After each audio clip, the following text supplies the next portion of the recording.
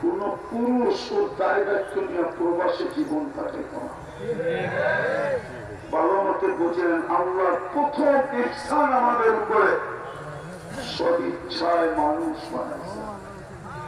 কি কি সৃষ্টির সেরা বানাইছেন, সৃষ্টির সেরা। আমার অস্তিত্ব হয় নাই, তখনই আমাকে ভালোবাসা দিয়েছেন। ভালো না বাসলে আমাকে মানুষ বানাইতেন না, আমাকে শ্রেষ্ঠত্বের মুকুট মাথায় দিতেন না। দ্বিতীয় আল্লাহ সবচেয়ে বড় ইহসান, দ্বিতীয় আল্লাহ সবচেয়ে বড় ইহসান, আল্লাহ আমাকে মুসলমানের ঘরে জন্ম দিয়েছেন। ইন্নাল্লাহ আস্তাফা লাকুমুদ-দীন ইন্নাদ-দীন ইনদাল্লাহিল ইসলাম। আল্লাহ বলে, দ্বিতীয় আমি তোকে সবচেয়ে বড় নিয়ামত দিছি, ইহসান করছি, দয়া করছি, তোকে আমি মুসলমানের ঘরে জন্ম দিছি। কার ঘরে? কার ঘরে? মুসলমানের ঘরে।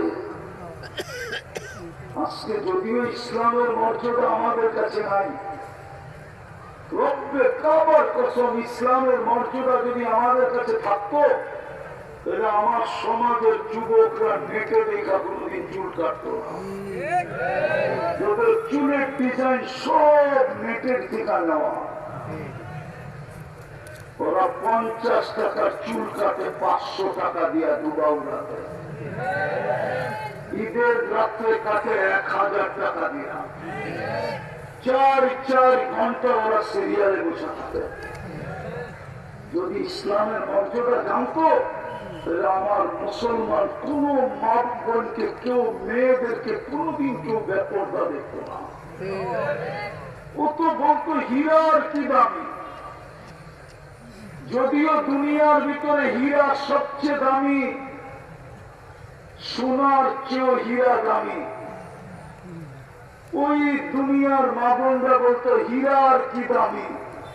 হীরা সবচেয়ে দামি বিদায় আল্লাহ হীরাকে তৈরি করছেন কয়লার ভিতরে। কয়লা, কয়লার রং কিরকম?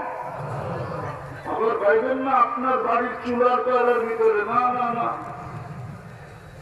মাটির ভিতরে যে পাথর কয়লা হয়, ওটার ভিতরে আল্লাহ হীরা তৈরি করেন। হীরা দুনিয়ার সবচেয়ে চকচকে হলো হীরা, সবচেয়ে দামিও হীরা। আল্লাহ